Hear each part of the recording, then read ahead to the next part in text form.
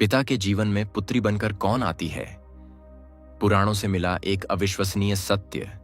शास्त्रों में कहा गया है, पुत्र भाग्य से उत्पन्न होता है, लेकिन पुत्री पुण्य से। यानी पुत्र भाग्य से तो उत्पन्न हो सकता है, परंतु पुत्री महान पुण्य कर्मों के फल स्वरूप ही उत्पन्न होती है। पर क्या आपने कभी रुककर सोचा है कि आपके घर में बांसुरी बजा रही वो छोटी सी बच्ची आखिर कौन है? वह ऐसा क्यों कर रही है? क्या उसने सच में आपका घर चुना? एक पिता के जीवन में पुत्री मात्र एक संतान नहीं होती, वह एक अलौकिक रहस्य होती है। समाज में यह सर्वमान्य धारणा है कि पुत्री ही आने वाली पीढ़ी की संपत्ति होती है, परंतु पुराण कुछ और ही कहते हैं। पुत्री वह शक्ति है जो पिता के वंश के 7 कुलों को बचा सकती है। आज की इस लंबी और गहन चर्चा में हम एक बेटी के रूप में जानेंगे कि पिता के जीवन में वास्तव में कौन आता है। ऋषियों ने पुत्री को लक्ष्मी से भी अधिक स्थान क्यों दिया?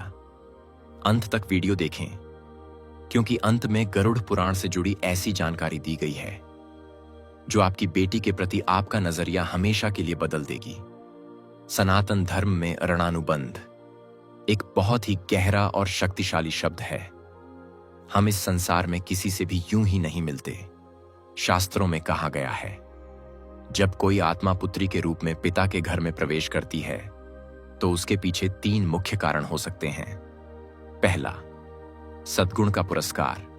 यदि एक पिता पिछले जन्म में बहुत परोपकारी और दयालु थे तो एक पवित्र आत्मा उनकी सेवा करने के लिए बेटी बनकर उनके घर आती है। दूसरा, अपूर्ण प्रेम। कभी कभी पिछले जन्म का कोई प्रियजन जिससे आत्मा का गहरा जुड़ाव होता है, वही बेटी बनकर उस अधूरे प्यार को पूरा करने लौटती है। तीसरा, वंश मोक्ष। पद्म पुराण के अनुसार यदि किसी वंश के पूर्वज मोक्ष की प्रतीक्षा कर रहे हों तो उस वंश में एक आत्मा पुत्री के रूप में आती है जिसका सद्गुण 21 पीढ़ियों को मुक्ति दिला सकता है। हम में से कई लोग सोचते हैं कि बेटी का मतलब खर्चा होता है, लेकिन धर्म ग्रंथ कहते हैं बेटी का आगमन बैंक बैलेंस नहीं, बल्कि परिवार के पुण्यों का संतुलन बढ़ाता है।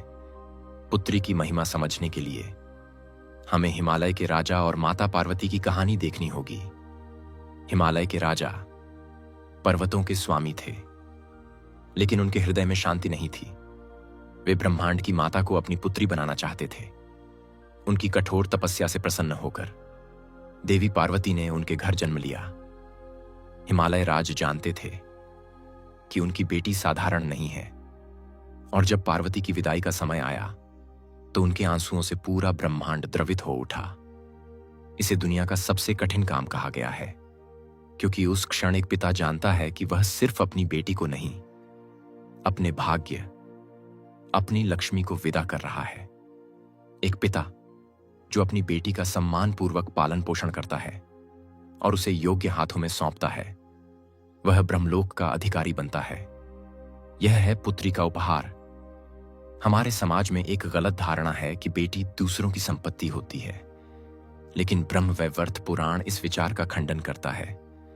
वह कहता है बेटी पिता की ही संपत्ति होती है। एक बेटी अपने पिता की सुरक्षा कवच होती है, जो उसे बुढ़ापे में और कठिन समय में टूटने नहीं देती। एक पुत्र वंश को आगे बढ़ाता है, लेकिन एक पुत्री 2 वंशों को जीवित रखती है। शास्त्रों में पुत्री को आश्रम कहा गया है, अर्थात जिसकी छाया में पिता को शांति मिलती है। ध्यान दीजिए, जब कोई पिता दिन भर की मेहनत के बाद घर लौटता है और उसकी बेटी मुस्कुराकर पापा कहती है, तो उसकी सारी थकान पल भर में खत्म हो जाती है। यह कोई साधारण रिश्ता नहीं है, यह आत्मा का जुड़ाव है। हिंदू विवाह में कन्यादाता यानी पिता का स्थान सर्वोच्च होता है, क्योंकि वह केवल बेटी का नहीं बल्कि अपने अहंकार और मोह का भी त्याग करता है।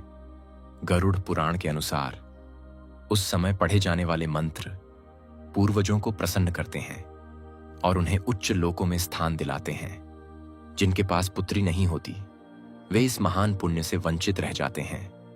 इसलिए पुत्री होना ही सर्वोपरि है। आधुनिक विज्ञान भी मानता है कि पिता और पुत्री का रिश्ता सबसे गहरा होता है।